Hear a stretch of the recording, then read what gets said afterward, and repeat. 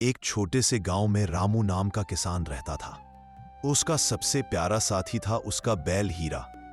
रामू हीरे से इतना प्यार करता था कि हर किसी से कहता, अरे भाई, मेरी बीवी चाहे रूठ जाए पर हीरा मुझसे कभी रूठ नहीं सकता। गांव वाले रामू को चिढ़ाते। रामू, तू बैल से ज्यादा प्यार करता है या अपनी बीवी से? रामू मुस्कुराकर कहता, हीरे की आंखों में देखो, इसमें सच्चाई है। बीवी की आंखों में तो मिर्ची है। एक दिन गांव में अफवाह फैली कि पास वाले जंगल में डायन रहती है जो रात को बैलों को चुरा ले जाती है। रामू ये सुनकर घबरा गया, बोला, अरे माई रे, अगर हीरा गायब हो गया तो मैं तो जीते जी मर जाऊंगा। रात को उसने बैल के पास ही खाद डाल दी और वहीं सो गया। आधी रात को सचमुच पेड़ के पीछे से एक काली परछाई निकली। लंबे बाल, लाल आंखें, करक हंसी। हा हा हा, वो डायन थी। वो बोली, अब तेरा का होगा कालिया। रामू डर के मारे कांपने लगा और बोला, अरे मोरी मैया, ई का देख लियो। लेकिन तभी पास से गुजर रही लाली नाम की गांव की लड़की ने सब देखा। लाली थोड़ी शरारती थी। उसने तुरंत अपनी चादर सिर पर डाल ली और डायन की नकल करते हुए बोली, अरे डायन बहन, तुम यहाँ क्या कर रही हो? ये बैल मेरा है। असल डायन चौंक गई।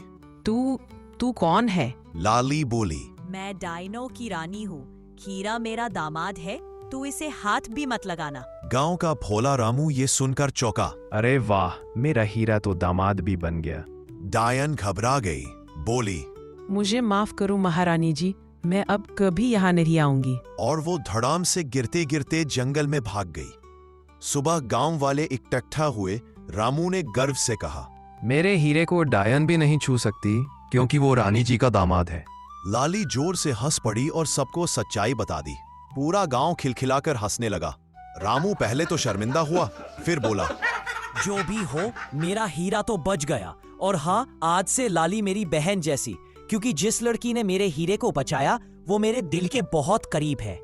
उस दिन से गांव वाले लाली को चिढ़ाते हुए डायन रानी बुलाने लगे और रामू हर बार हंसते हुए कहता, हीरा मेरा बेटा नहीं, दामाद है। कुछ दिनों बाद असली डायन फिर से बदला लेने लौटी। वो चिल्लाई, रामू, इस बार मैं तेरे बैल को जरूर ले जाऊंगी और उस नकली डायन रानी को भी सबक सिखाऊंगी। रामू फिर घबराकर हीरे के सामने खड़ा हो गया।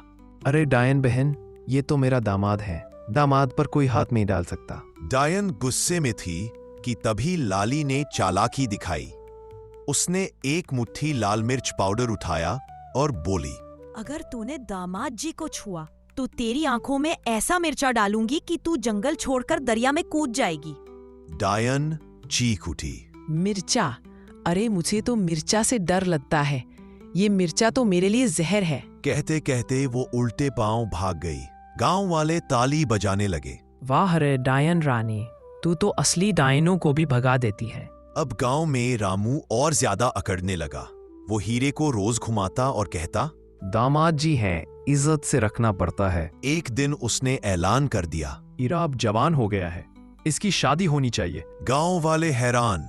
मगर हीरा की शादी होगी किससे? रामू शर्माते हुए बोला, अरे हमारी पड़ोस वाली भैंस गोरी से, वही बनेगी मेरी बहू। फिर क्या था, पूरे गांव में पहली बार बैल भैंस की धूमधाम वाली शादी हुई।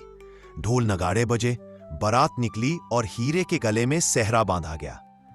लाली हंसते हंसते बोली, रामू भैया, अब तो सच में हीरा आपका दामाद और गोरी आपकी बहू बन गई। उसके बाद से गांव में जब भी कोई नया मेहमान आता तो गांव वाले हंसकर कहते, पहले हमारे दामाद जी हीरे से मिल लो, फिर और किसी से मिलना।